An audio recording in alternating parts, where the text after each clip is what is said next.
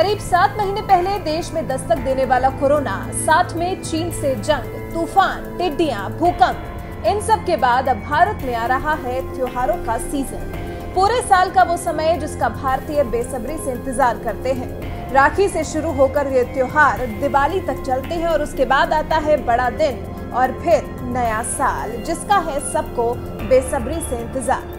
लेकिन इन त्योहारों में जो सबसे ज्यादा रौनक रहती है वो होती है चीनी सामान की। लेकिन साल 2020 में नहीं, इस साल के त्योहारों पर देश भारतीय सामान से जगमगाएगा। चीन से आया कोई भी सामान इस साल इस्तेमाल नहीं किया जाएगा। व्यापारियों के शीर्ष संगठन confederation of all India traders ने साल 2020 के त्योहारों को खास बनाने का जिम्मा अपने ऊपर ले लिया है।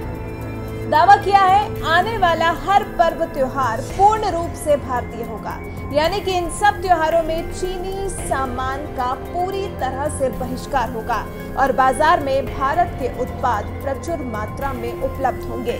अगस्त से नवंबर तक के सीजन में राखी, जन्माष्टमी, गणेशोत्सव, नवरात्रि, दुर्गा पूजा, धनतेरस, दिवाली, भैया दूज, छठ और तुलसी विवाह मनाया जाता है। इन त्योहारों पर भारत के उत्पाद आसानी से उपलब्ध हो, इसके लिए कैट ने तैयारी शुरू कर दी है।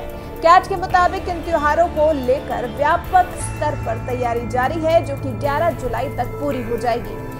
कैट के राष्ट्रीय अध्यक्ष बीसी भरतिया और राष्ट्रीय महामंत्री प्रवीण खंडेलवाल के मुताबिक संगठन ने देश के सभी प्रदेशों में काम कर रही कैट की राज्य स्तरीय टीम और अन्य प्रमुख व्यापारी संगठनों को भारतीय सामान बनाने वाले निर्माता, कारीगर, लघु उद्योग, कुम्हार, महिला उद्यमी, स्वयं उद्यमी, स्टार्टअप आदि की एक सूची तैयार करने के लिए कहा है।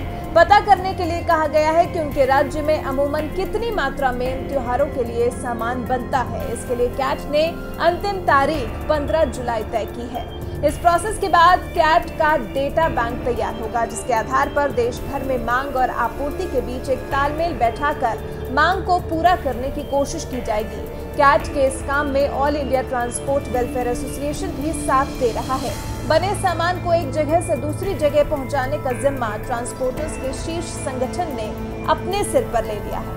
सोचिए, भारत जैसे देश के बड़े बड़े त्योहार जिन्हें मनाने वाली इतनी बड़ी आबादी, वो अगर चीन का बहिष्कार कर दे तो चीन की कमर टूट जाना निश्चित है।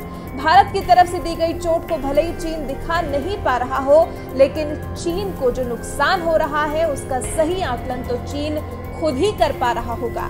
अफसोस की बात यह है कि जता नहीं पा रहा है, जैसे अपने सैनिकों का मारा जाना अभी तक स्वीकार नहीं कर पाया है चाइना।